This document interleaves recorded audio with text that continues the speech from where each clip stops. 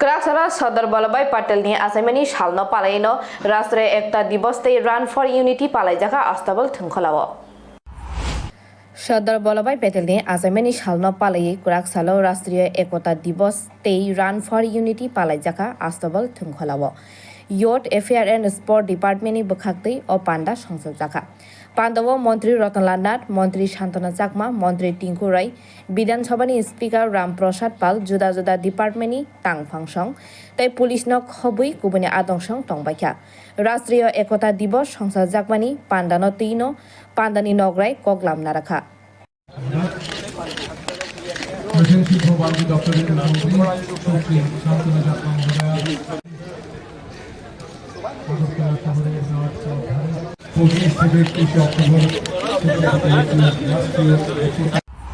ফুংকাহাম সবাইকে নমস্কার। যতন খুলুমকা রাষ্ট্রীয় একতা দিবসে এখানে উপস্থিত রয়েছেন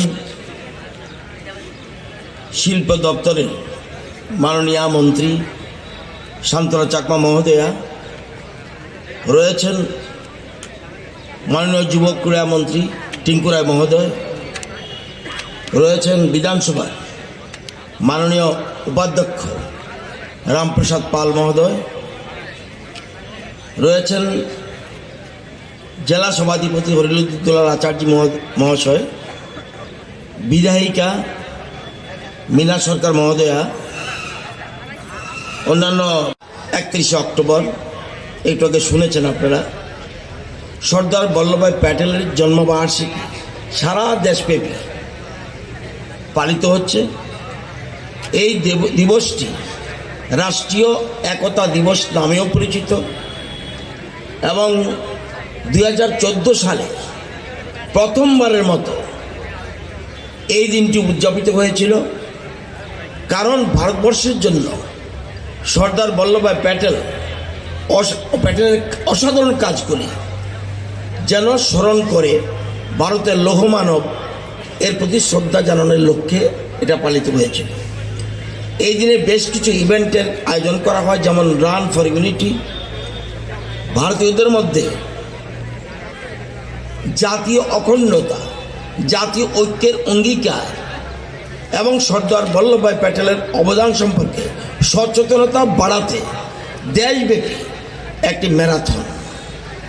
উনি ছিলেন অখণ্ড এবং অবিচ্ছিন্ন ভারতের মূল কাণ্ডারী। 2018 সালের আমাদের দেশের জনপ্রিয় প্রধানমন্ত্রী শ্রী নরেন্দ্র মোদীজি এবং কেন্দ্রীয় সরকার সর্দার বল্লভভাই প্যাটেলের সম্মানে গুজরাটে স্ট্যাচু অফ ইউনিটি উন্মোচন করেছিলেন। আবার এটা বিশ্বের সবচেয়ে উঁচু মূর্তি। সর্দার প্যাটেল 1875 সালের 31 অক্টোবর গুজরাটের নাদিয়াতে জন্মগ্রহণ করেছিলেন, এটা আপনারা সবাই জানেন, এবং তিনি ভারতের প্রথম স্বরাষ্ট্রমন্ত্রী এবং উপপ্রধানমন্ত্রী ছিলেন।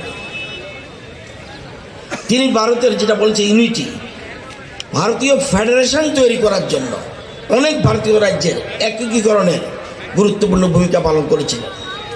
স্বাধীনতার সময় সর্দার প্যাটেল বেশ কয়েকটি রাজ্যকে ভারতীয় ইউনিয়নের সাথে একত্রিত হতে রাজি করাতে গুরুত্বপূর্ণ ভূমিকা পালন করেছিলেন। তিনি ভারতের স্বাধীনতার জন্য একজন সামাজিক নেতা হিসেবেও কঠোর পরিশ্রম করেছিলেন।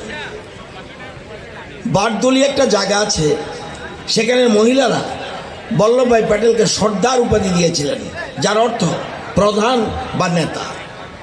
ভারতকে একত্রিত করতে এবং ভারতকে একটি অখণ্ড এবং অবিচ্ছিন্ন ভারত গড়ে তোলার ওনার স্বপ্ন ছিল। ভারতকে একটা স্বাধীন জাতি হিসেবে গড়ে তোলার জন্য তার বিশাল অবদানের জন্য তিনি ভারতের প্রকৃত একীকরণকারী হিসাবে স্বীকৃত।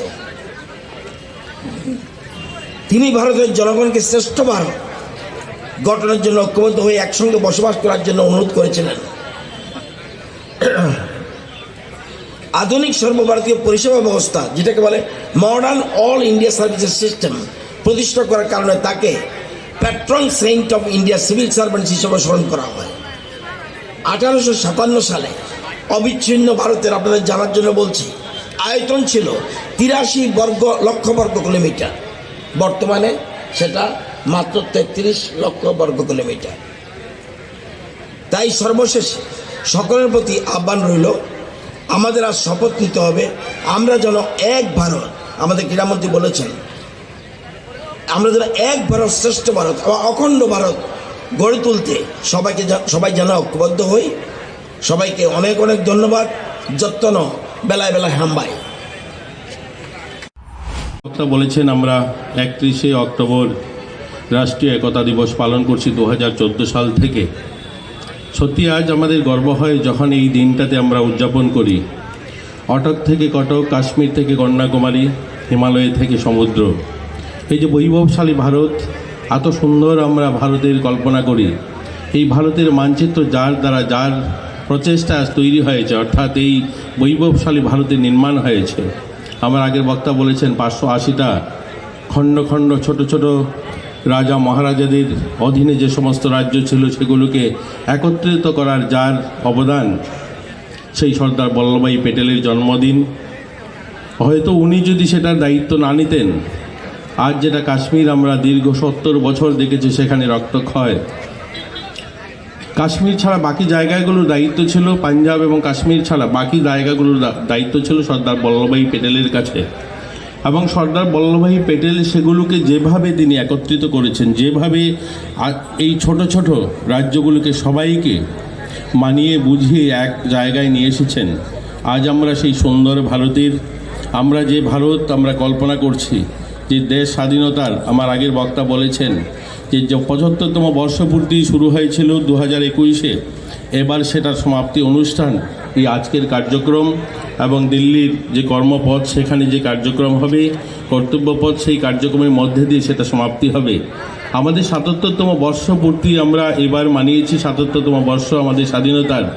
প্রধানমন্ত্রী বলেছেন যে 100 বছর যখন পুরো হবে তখন ভারত আবার বিশ্বগুরু, অর্থাৎ কবি লিখেছিলেন ভারত আবার জগৎসভায় শ্রেষ্ঠ আসন লবে, সেটা আমরা পূর্ণ করব। অর্থাৎ 100 বছর পূর্তিতে ভারত বিশ্বগুরু হবে, সেই স্বপ্ন নিয়েই আমরা কিন্তু এগোচ্ছি। আমাদের প্রধানমন্ত্রীর স্বপ্ন এবং আমাদের দেশবাসীর স্বপ্ন, এই সুন্দর ভারতের একতা, অখণ্ডতা, আমরা একত্রিত থাকার যে শপথ, সেটাই আজ আমাদের মাননীয় মন্ত্রী, কৃষিমন্ত্রী রতনলাল নাথ আমাদেরকে দেবেন। আমরা স্বাধীনতা 77 বছরে দাঁড়িয়ে আমাদের ভারতের অনেক রাজ্যে আমরা বিচ্ছিন্নতাবাদ দেখছি, যার জন্য ওনারই অবদান, যার জন্য আমাদের আজ সেই অনুষ্ঠান, যে ভারতকে অখণ্ড রাখা, ভারতকে একতা রাখা, এই রাজ্যগুলো একতা রাখা, অর্থাৎ রাজ্যের ছোট ছোট জেলাগুলো সবাই মিলে যেন আমরা এক থাকি। আমাদের সরকারের স্লোগান হচ্ছে এক ত্রিপুরা শ্রেষ্ঠ ত্রিপুরা, অর্থাৎ সবাই একসঙ্গে আমরা থাকব, আমরা ইউনাইটেড থাকব, আমাদের জেলাগুলো ইউনাইটেড থাকবে, আমাদের পাড়ায় পাড়ায় ইউনাইটেড থাকবে, অর্থাৎ সবাই আমরা একসঙ্গে থেকে বৈভবশালী ভারত নির্মাণ করব। এর জন্যই আমাদের এই শপথ গ্রহণ, এর জন্য আমাদের এই শপথ বাক্য। তো আজকে এই সুন্দর শুভ অনুষ্ঠানটা সফল হবে। এখানে মঞ্চে যারা রয়েছেন, যারা উপস্থিত হয়েছেন, সবাইকে আবারও শুভেচ্ছা অভিনন্দন জানাচ্ছি। সামনে যারা উপস্থিত হয়েছেন আপনাদেরকেও শুভেচ্ছা অভিনন্দন জানাচ্ছি। এই কার্যক্রম সফল হোক, সবাই ভালো থাকবেন, সবাই সুস্থ থাকবেন, এই কথাগুলো বলেই আমি আমার আলোচনা শেষ করছি। জয় হিন্দ।